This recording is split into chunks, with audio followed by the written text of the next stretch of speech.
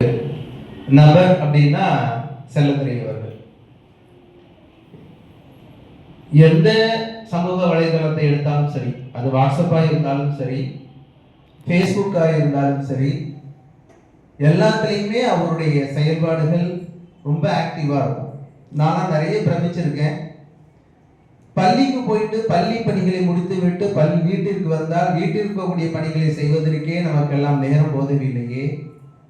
பள்ளியிலையும் ஒரு மனிதன் சிறப்பாக செயல்பட்டு, வேளாண்மையிலையும் ஒரு மனிதன் சிறப்பாக செயல்பட்டு, உறவினர்களையும் குழந்தைகளையும் அரவணைப்பதிலும் ஒரு மனிதன் சிறப்பாக செயல்பட்டு, இவர்களுக்கு இடையே தமிழிலும் படைப்புகளை உருவாக்க இந்த மனிதனுக்கு எப்படிதான் நேரம் கிடைக்கின்றதோ என்று நிறைய நேரங்களில் உயர்ந்த மனிதர்களில் நானும் ஒருவன்.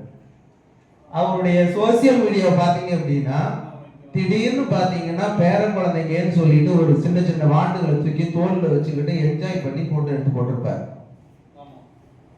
சரி, அதை கடந்துட்டு அடுத்தது போகலாம் அப்படின்னா, ஒரு வயல் வெளியில நிலத்தை பண்பட்டு விதை விதைக்கிறது, நாற்று நடுவது, வேளாண்மை தொழில் செய்யக்கூடிய புகைப்படங்களை அதுல பதிவிட்டு இருப்பார். திடீர்னு பார்த்தோம் அப்படின்னா, அது ரெண்டு இதை கிராஸ் பண்ணி போனோம் அப்படின்னா, எங்கேயோ போய் பட்டிமன்றத்துல பேசுறேன், கவியரங்கத்துல பேசுறேன், வட இந்தியாவுக்கு போயிருக்கேன்னு சொல்லிட்டு புகைப்படங்கள் போடுவார். அதை கடந்து போனோம் அப்படின்னா, பள்ளியில் காலை வழிபாட்டு கூட்டத்தில் துவங்கி மாலை வீட்டிற்கு செல்வது வரை அன்றாட செயல்பாடுகளை அவர் ஒருவரால் மட்டுமே சமூக வலைதளங்களில் இந்த அளவிற்கு பதிவேற்றம் செய்யக்கூடிய ஆற்றல் மிக்கவராக நான் அவரை கண்டு வியந்திருக்கின்றேன். இதெல்லாம் ஓகே.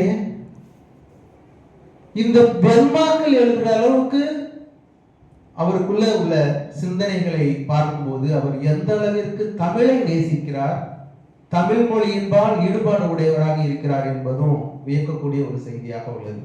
நான் அவர் போடக்கூடிய இந்த இன்னிசை வெண்பாக்களை தினந்தோறும் படிக்கக்கூடிய வாசகர்களில் நானும் ஒருவன். நான் ஏற்கனவே உங்ககிட்ட சொன்ன மாதிரி, நான்லாம் தமிழை படித்தது 35 மார்க் வாங்கி பாஸ் பண்ணா போதுன்றதுக்காக படித்தவன். கோனார் உரைநடை தான் எங்களை எல்லாம் கரையேற்றி கொண்டுட்டு வந்த ஒரு நூல். அந்த அளவுக்கு தமிழில் அறிவுடைய நான் அவருடைய சிந்தனை வெண்பாக்களை பார்த்து பிரமித்திருக்கின்றேன். தமிழில் இவ்வளவு சொற்கள் உள்ளனவா, இவ்வளவு சொல்லாடல்களை ஒரு மொழியில் பயன்படுத்த முடியுமா என்பது எனக்கெல்லாம் வியப்பாக உள்ளது. நான் வலங்கைமான் பல்வகை தொழில்நுட்ப முதல்வர் திரு ராம வேல்முருகன் அவர்களை கேட்டுக்கொள்கிறேன். நீங்கள் அவருடைய சிந்தனை வெண்பாவிற்கு உரைநடை எழுதுங்கள். ஏனெனில் என் போன்ற தமிழில் அறிவு குறைவாக இருக்கக்கூடிய எங்களுக்கு அவைகள் தேவைப்படுகின்றன. நீங்கள் இந்த நேரத்திலேயே அவர்களுக்கு அந்த நூலை எழுதுவதற்கான அனுமதியை வழங்க வேண்டும் என்றும் கேட்டுக்கொள்கின்றேன். ஏன்னா உங்களுடைய படைப்புகள் அடிமட்டம் வரை சென்று சேர வேண்டும். கற்றறிந்த தமிழர்களுக்கு மட்டுமே, கற்றறிந்த தமிழ் அறிஞர்களுக்கு மட்டுமே உங்களுடைய படைப்புகளும் உங்களுடைய சிந்தனைகளும் சென்று சேர்மையானால் அந்த புத்தகங்களினுடைய வீரியம் குறையும். அது அடிமட்ட தொண்டர்களுக்கும் அறிவில் ரொம்ப ரொம்ப குறைவான என் போன்ற ஆற்றல் மிக்கவர்களுக்கும் அந்த குரலுடைய பொருளும் சிந்தனையும் சென்றடைய வேண்டுமானால் நீங்கள் அதற்கு உரைநடை தேவை. நான் என் பள்ளியில், நான் ஏற்கனவே சார்பை சொல்லியிருக்கேன், நான் எங்கள் பள்ளியில இவருடைய சிந்தனை வெண்பாக்களை உரைநடைகளாக மாற்றி என் மாணவர்களிடம் பேசுவது உண்டு. ஸோ எங்களுக்கெல்லாம் வழிபாட்டு கூட்டத்திலும் மாணவர்கள் மத்தியிலும் பேசுவதற்கு தற்போது இருக்கக்கூடிய கோனார் தெளிவுரை செல்லதுரை சார் தான். ஸோ அதை வைத்துட்டு நாங்கள் அவர்களிட்ட இருந்து நிறைய கருத்துக்களை கற்றுக்கொள்கின்றோம். இது எல்லாத்தையும் தாண்டி அவர் இயற்கையை நேசிக்கக்கூடியவர். தினந்தோறும் எல்லாரும் சொல்லியிருக்காங்க, நானும் அதை தான் ரிமைண்ட் பண்றேன். வீட்டில் தினந்தோறும் ஒரு பறவைகள் கூட்டம் அவர் இல்லத்தை நாடி வரும். ஒரு கவிஞனை நாடி தமிழ் பற்றாளர்கள், மொழி பற்றாளர்கள் வருவது இயல்பு. ஆனால் ஒரு பறவை கூட்டமே அவருடைய இல்லத்தை நாடி வருகிறது என்றால் அவர் எந்த அளவிற்கு இயற்கையை நேசிக்கக்கூடியவராக இருக்கின்றார் என்பதை நீங்கள் புரிந்து கொள்ள வேண்டும். பழைய காலத்துல நாமெல்லாம் பார்த்திருக்கக்கூடிய அந்த நெற்கதிர்களை ஒன்று திரட்டி பறவைகள் உண்பதற்காக இறையை வழங்கக்கூடிய ஒரு அற்புதமான ஒரு செயலை அவர் இன்னும் அவருடைய இல்லத்தில் செய்து கொண்டிருக்கின்றார். வீட்டுடைய காம்பவுண்ட்ல பறவைகளுக்கென்று உணவும் தண்ணீரும் வைத்திருப்பதனுடைய விளைவாக பல்வேறு வகையான பறவைகள் அவருடைய இல்லத்தை நாடி வந்து செல்கின்றன. ஸோ அந்த அளவுக்கு இயற்கையை நேசிக்கக்கூடியவர்கள், விமர்சனங்களை கண்டு துவளாதவர். அவருடைய வீட்டில் நம்மளுடைய வட்டாட்சியர் அவர்கள் கூறியது போல அவருடைய வீட்டில் காம்பவுண்டு சுவரில் ஒரு கரும்பலகை அமைத்திருக்கின்றார். நான் இன்னும் அவர் வீட்டுக்கு போனது இல்லை.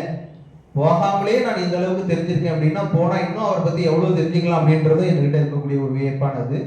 அந்த கரும்பலகையில் இன்றைய சிந்தனையின் ஒரு செயலை தினந்தோறும் எழுதி கொண்டிருக்கின்றார். எழுதி அதை புகைப்படம் எடுத்து சோசியல் மீடியாவிலையும் அதை வந்து பப்ளிஷ் பண்ணுவாரு. ஒரு எழுத்தாளனுக்கு எப்ப உச்சபட்ச சந்தோஷம் கிடைக்கும் அப்படின்னா அந்த எழுத்தாளனுடைய மனதை கவரக்கூடிய ஒரு வாசகர் கிடைக்கும் போதுதான் அந்த உச்சபட்ச சந்தோஷம் கிடைக்கும். அவருக்கு ஒரு வாசகர் இருக்கின்றார்.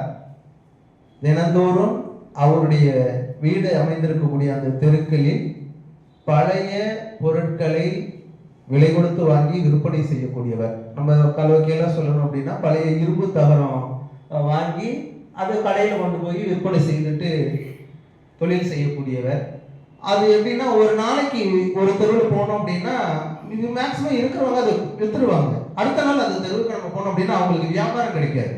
அப்ப அந்த வியாபாரிகள் என்ன செய்வாங்கன்னு சொல்லி பார்த்தீங்கன்னா தன்னுடைய வியாபார வட்டத்தை மாத்திக்கிட்டே இருப்பாங்க. ஒரு நாளைக்கு இங்க போவாங்க, ஒரு நாளைக்கு வேற வேற இடத்துக்கு போவாங்க.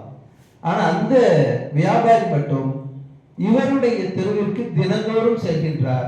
அதற்கு ஒரே காரணம், இவருடைய இன்றைய சிந்தனையை வாசிப்பதற்காகவே சென்று அந்த சிந்தனையை அவருக்கு நேர்முகமாகவே அவரை பாராட்டி சென்றிருக்கின்றார். சோ சமுதாயத்துல மனிதர்களுடைய சிந்தனைகளை கவர்வதற்கும் சிந்தனைகளை ஒருநிலைப்படுத்துவதற்கும் சிந்தனைகளை ஆக்கப்பூர்வமான வழிகளில் சென்று கொள்வதற்கும் நூல்களும் நூல் ஆசிரியர்களும் இந்த காலகட்டத்தில் அதிகம் தேவைப்படுகின்றார்கள். அந்த வகையில் இன்று அந்த பட்டியலில் தன்னுடைய முதல் பிரசவத்தை பிரசவித்து வீட்டிற்கக்கூடிய செல்லத்துறை அவர்கள் எதிர்காலத்தில் மேலும் பல பல நல்ல நூல்களை எழுதி இந்த சமுதாயத்திற்கு ஒரு ஆக்கப்பூர்வமான ஒரு தலைமுறையை உருவாக்கக்கூடிய வித்தாக அமைய என்னுடைய வாழ்த்துக்களை தெரிவித்து வாய்ப்பிற்கு நன்றி கூறி விடைபெறுகிறேன். நன்றி, வணக்கம்.